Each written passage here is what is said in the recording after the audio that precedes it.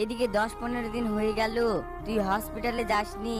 আর কতদিন বসে থাকবি? তোকে নিয়ে আমার কত স্বপ্ন, তুই বড় ডাক্তার হবি।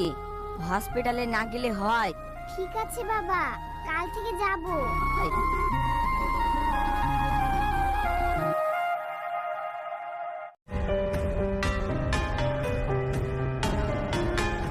এই অনেক দিন পর আবার হসপিটালে এসেছে।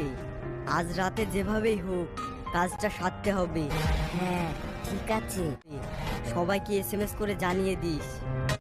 সারাদিন ডিউটি করে আমার শরীরটা খুব খারাপ করছে। তোরা থাক, আমি সেমিনার রুমে একটু রেস্ট করে নি।